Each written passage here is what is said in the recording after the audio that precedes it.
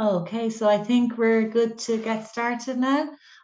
Good morning, everybody. My name is Áine Murray. I'm President of the France-Ireland Chamber of Commerce, and I am delighted to welcome you here this morning for the second in our series of Fireside Chats. This is a series that we started this year in an effort to help everybody get to know our member organisations better, and in particular our patron organisations, and not just the organisations, but of course the people behind those organisations. So we were joined, if you'll remember, for our first one by Piers Wood of Alstom. And today I am delighted to welcome Joanne Grant, Managing Director of JCDecaux here in Ireland, for our second session. Good morning, Joanne, and thank you very much. Thanks very much, Áine. Thank you. So, as I mentioned, you're Managing Director of JCDecaux here in Ireland. I think it's a name that probably a lot of people recognise just as they go about their travels and their daily business. But they might not merely know what the company is and the origins of the company. So you might just maybe take a few months to just tell us about JCDecaux and where it came from. Okay, thanks, Áine. So JCDecaux is the #1 outdoor advertising company worldwide, and our company was founded back in 1964. So Jean-Claude Decaux came up with the concept at that time of giving advertising in exchange for public service.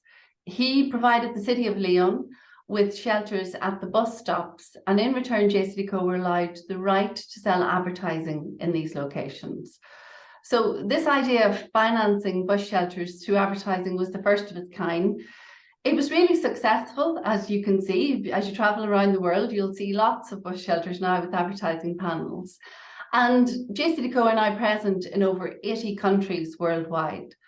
The business model has evolved, and like, for example, nowadays we can provide cities with a range of street furniture options. So the original bus shelters, but we can also provide automatic public toilets, wayfinding, or other street furniture items, such as bike schemes. And we have the Now Dublin bike scheme, as you know, in Ireland. So the success of our business model is supplying cities and contract partners with useful services and resources, which are basically financed through advertising.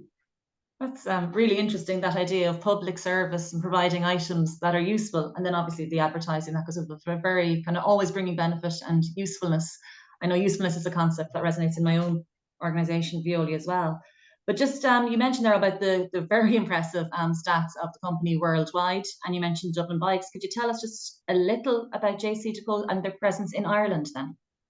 Yes, so in Ireland, JCDecaux is the market leader in out-of-home media as well. And we've got quite a wide range of advertising formats across the 32 counties. So we manage over 3,700 bus shelter ads in our contract with the National Transport Authority, and we sell the advertising on the Lewis network as well. We operate the Now Dublin bike scheme, and that's within our contract with Dublin City Council, which also includes a premium digital advertising network in the city centre and larger advertising metropoles on the main routes into the city. And we've got contracts as well with 22 of the busiest shopping centres nationwide, as well as having billboard contracts with individual landlords all over the country. And we also have 57 automatic public conveniences with local councils. So Superloos, they're sometimes referred to in the media. So it's through partnerships in Ireland we're providing service to contract partners and to the general public. We're giving revenue also to our transport partners in the form of shared advertising revenue. So this is then used to subsidise their services, and we also give them access to free media space, which they can use then to promote public transport initiatives and more sustainable modes of travel. They are some very impressive stats, and I suppose it's making me wonder. You have very impressive statistics there, very impressive numbers, but it's outdoor advertising, and with the whole shift to people's phones and digital, why do you think just outdoor advertising? Why do you think that continues to work, I suppose? It's absolutely the best media you could be using. You're not biased. I am a little biased. That is definitely the case. I suppose from an advertiser's perspective, using outdoor, your brands can benefit by having access to a true broadcast media platform.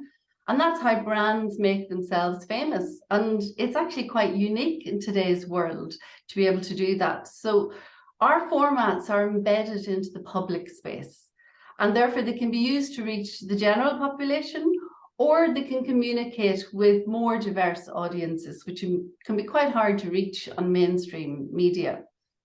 And as you said, like in recent years, media fragmentation is completely changing our world through phones and online, changing the world of advertising for us. So you have the big media categories of TV and press, which have now been quite dramatically reduced because people are consuming their media in a different way, such as streaming or online. And actually, some of the big online companies like Facebook, Google, TikTok, Amazon, 10 years ago, they wouldn't have been considered media companies, and yet they're now lifting probably the largest share of all the advertising revenues here in Ireland and all across the world.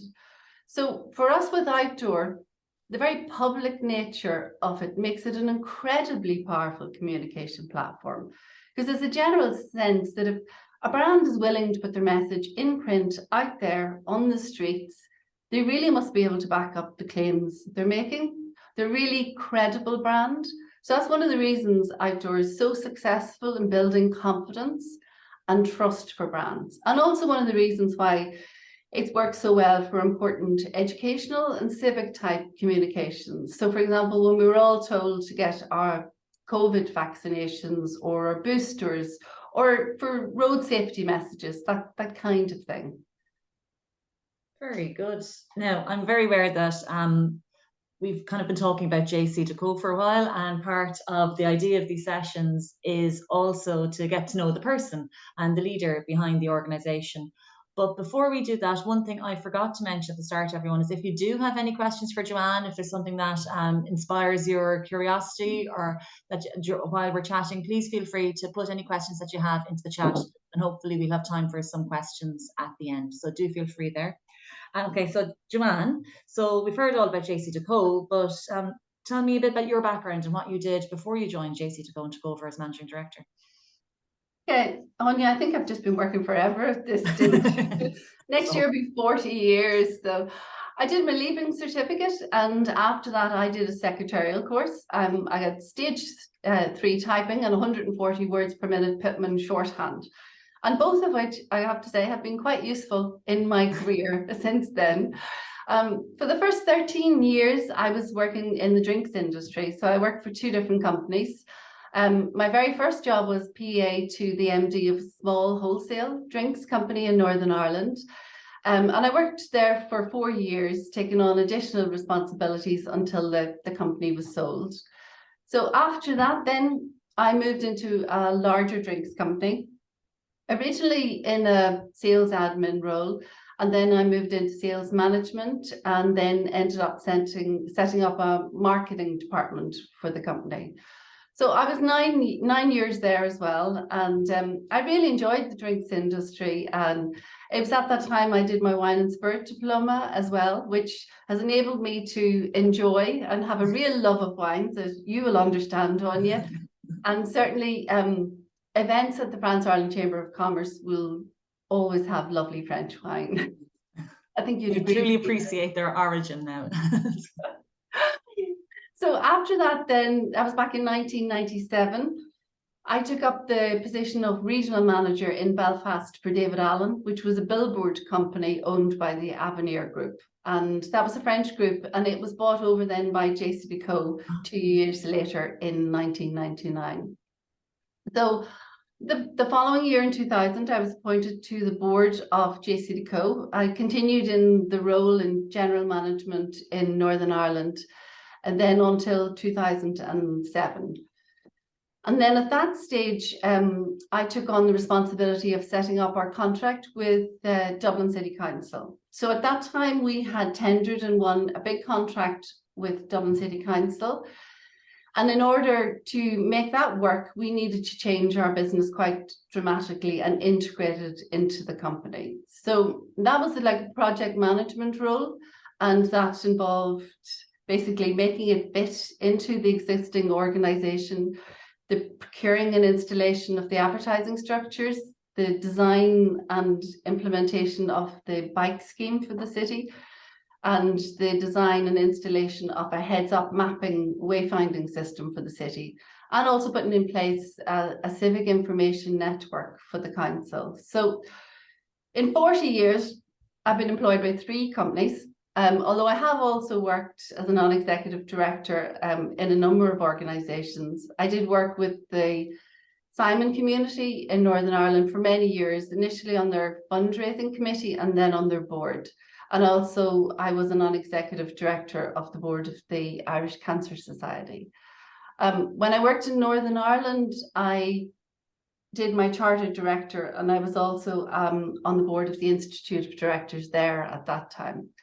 So at the moment, I'm now currently on the board of the Outdoor Media Association, no surprises there, and also JNOR, which is the research company for our industry. And as you know, I sit on the council and the executive of the France-Ireland Chamber of Commerce. And I have also had, as you know, the privilege of being the president of the chamber back in 2016, 2017.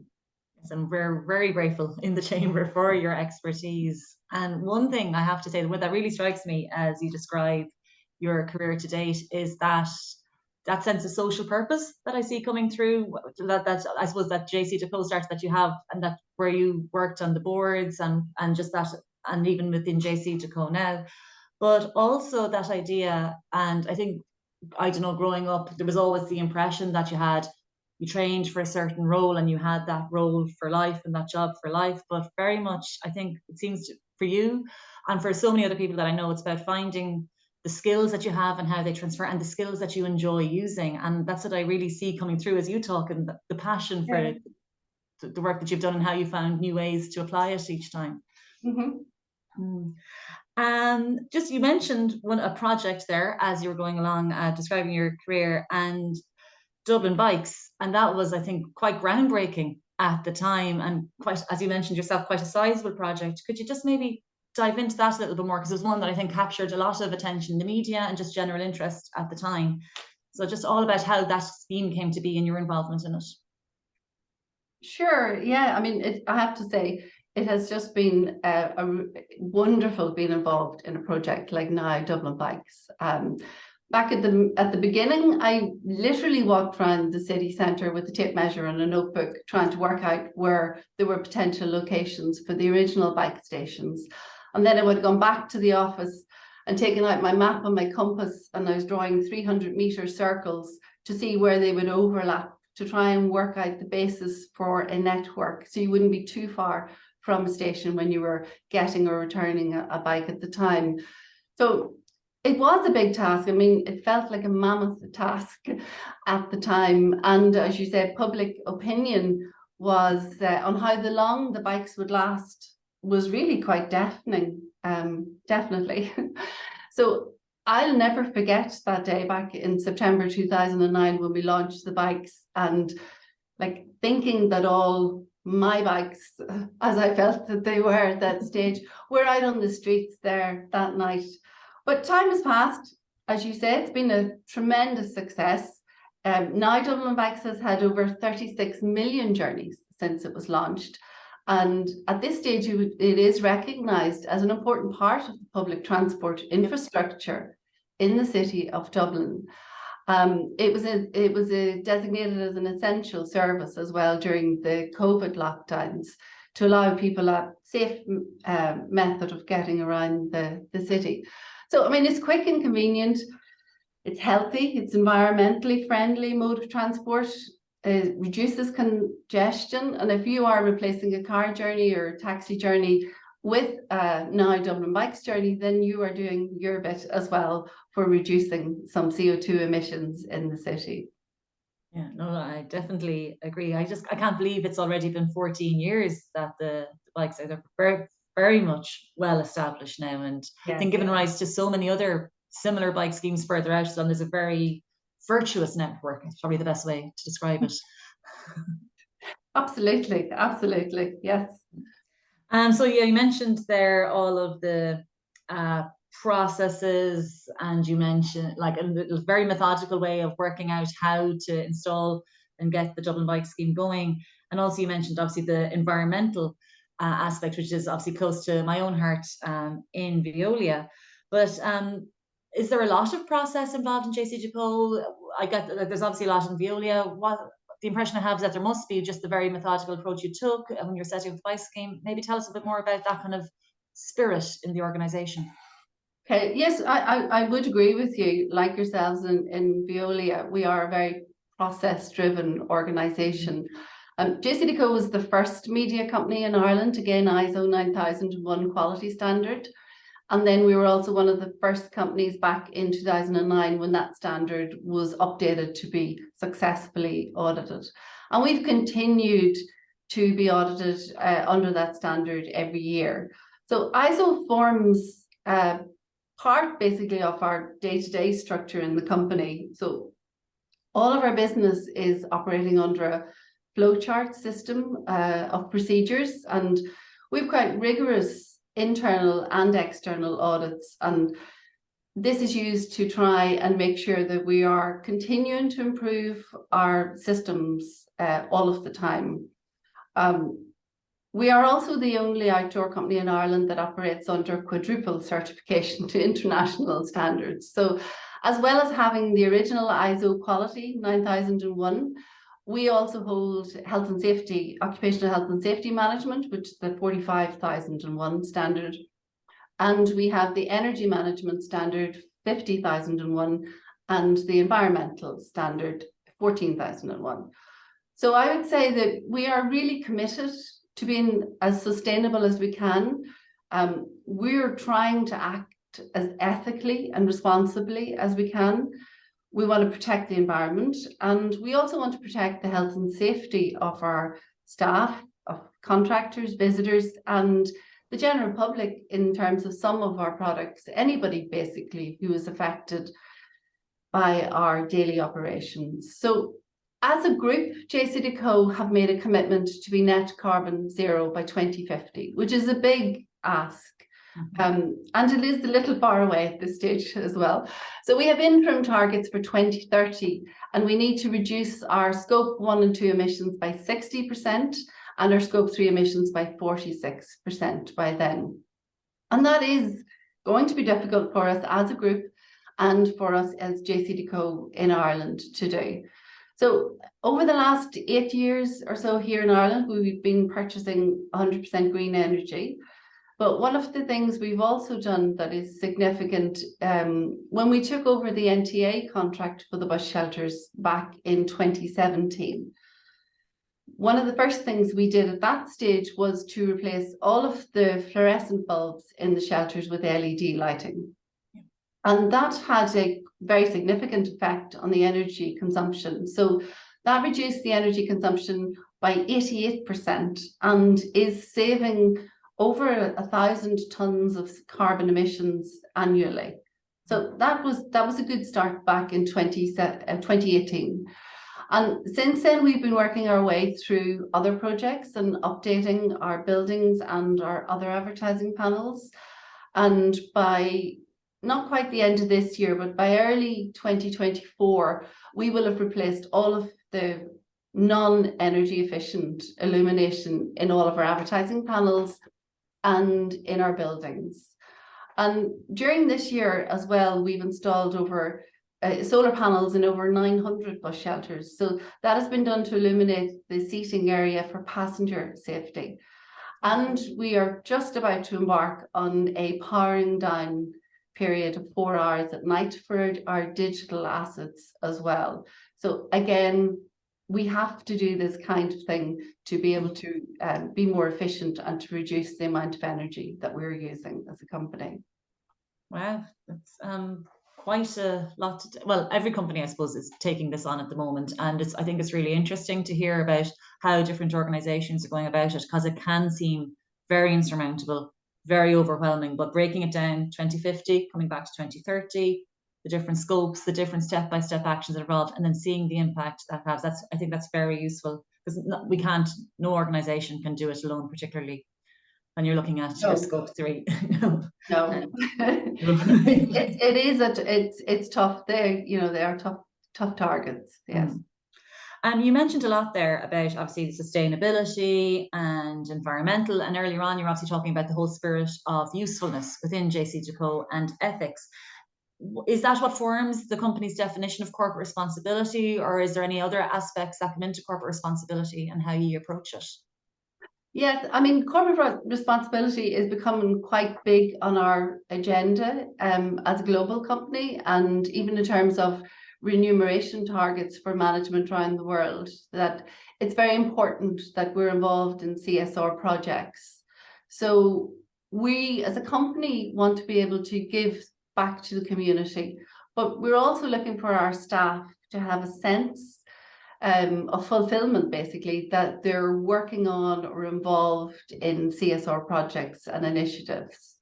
So there's many projects that are happening over the world in terms of rainforests and, stoves in poorer areas and things like that, some of which obviously we can't personally get involved in Ireland. But here, one of the ways that we've been doing what we can is through our charity partnership program. So this is where every 2 years we select a group of charities and we work with them to give them access to our formats when we have availability. And this allows our partners then to use this space to raise awareness and to educate the public about the work that they're doing and how the public can help them. So because outdoor is really effective and is a trusted media, this is really good for charities who need to build trust, especially when they're looking for volunteers or money, if they're looking for donations. I mean, people really must trust a brand before they're going to make a donation. Exactly. So we've been given just over €1 million of value to our charity partners every year, and they're seeing the real benefits from this. And as a company, JCDecaux, as a group, JCDecaux has recently announced a partnership with the United Nations. So this is for a global road safety campaign. And that's then also going to be on the network across all of the 80 countries that JCDecaux is in. It'll be in 30 different languages. And there's, I think, over a dozen international celebrities that are also getting involved. So they're giving their image and their brand to associate with this campaign to encourage road users to stay safe. So we'll be involved in that as well. Very good. We seem to have been, the time is escaping on me here, and I have a number of questions that I always like to ask. So I want to make sure that I ask those questions so that I'm fair to all my participants in the Fireside chats. And one question I really would like to know is, what is the most challenging aspect of your role? The most challenging. Every day is a challenge, Áine. But if I had to say the most challenging aspect, the winning and retaining of contracts, which go out to tender every couple of years, is very challenging. So we've grown our business. We've grown from being the smallest outdoor company in Ireland to being the largest over the last 10 years or so, to almost 50% market share. But you're always limited in the capacity of building your business by the length of contracts that you have, so it limits how much you can do in terms of office space, warehouse, vehicles, recruitment, even holding stocks as you work towards the end of a contract. So that's quite a big thing. And these days, sustainability is probably right up there with challenge as well. Like, our ESG targets are really difficult for us to meet. And in my experience, nothing that is more sustainable is ever less expensive. So we have a process. We really need to convince our clients and media buyers now to work with us and to support us in the approach that we're taking to make outdoor more sustainable. Yeah, but yeah, it's kind of quite an important target as well. I don't think ESG targets, if they were easy, they'd necessarily be the right targets, unfortunately. No, for sure. And then the other question I'd always like to ask to counter that then is, what are you most excited about? Well, on a personal level, my third grandchild's coming before Christmas, but that's probably not what you meant by that. No, but I think that I think it's important to know that the leaders of our companies are humans too. That's very exciting. But in terms of JCDecaux, I'm really excited for the future for outdoor. I mean, the world is moving on. We're transforming our business through moving from paper and paste to digital. So that's a really exciting time. As digital is bringing many benefits, you know, in terms of the superb quality of the image to the flexibility that it allows people to have in the scheduling of campaigns. So the traditional sending a bill poster for out to post a poster and it's in situ for 2 weeks until it's replaced, that is gone. Our customers can ask us at the flick of a switch in the office to change their images or their campaigns in real time. And that could be dependent on literally the day of the week, the time of the day, the weather, or even the results of a rugby match, as there has been over the last couple of weeks. So it's very exciting. Yeah, that dynamic flexibility, I think, is something that's enabled now. But people are in a world of instant messages now, and that's the whole world of social online means people expect to be able to see things quite instantly. So that is having a real effect on our business. Very, very interesting, but makes sense when you say it. What is the one thing you know now that you wish you had known 5 years ago?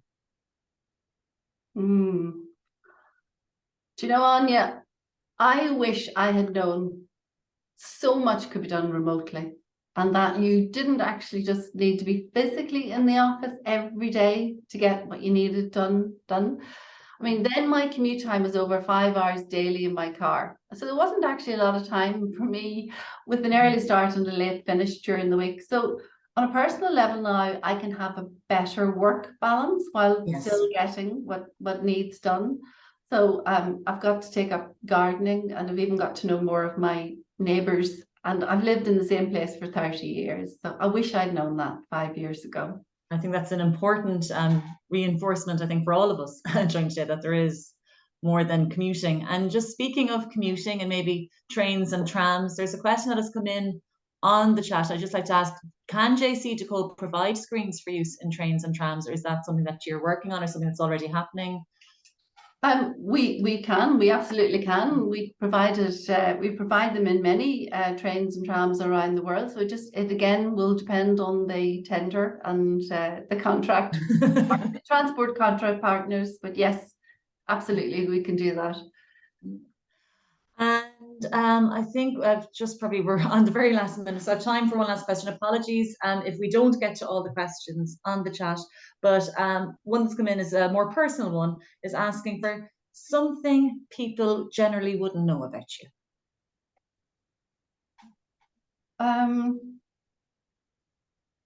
I think, Áine, it might surprise people if they knew that my secondary school education was at a boys' boarding school. Okay, that probably wouldn't be your typical. No, it wouldn't be your typical, but the local school, the numbers were low and they appealed to the community to send their day boys and day girls. And okay. I was one of lucky 10 girls in a school of 300 plus boys. So I think that's probably enough. Quite probably an interesting and formative educational environment. That's a good way of putting it on, yeah. Yes. Well, we have come to 10:30. That was a very fast conversation. So thank you so much, Joanne. It was a really interesting conversation, and there's so many impressive statistics about JCDecaux and just the approach to outdoor advertising and that sense of public spirit, which I hadn't really appreciated at all before our chat. And of course, I always find it really fascinating to see how people have evolved throughout their careers to the role they're in now. So I hope everybody joining us this morning also found that interesting. Thank you all. This conversation has been recorded, so if you know somebody who missed the conversation today, it will be posted on the Chamber website and digital media channels later, and it will be emailed out, of course, to all participants as well. Thank you all again so much for joining us, and enjoy the rest of your day. And thank you, Joanne. Thanks very much, Áine. Thank you. Goodbye.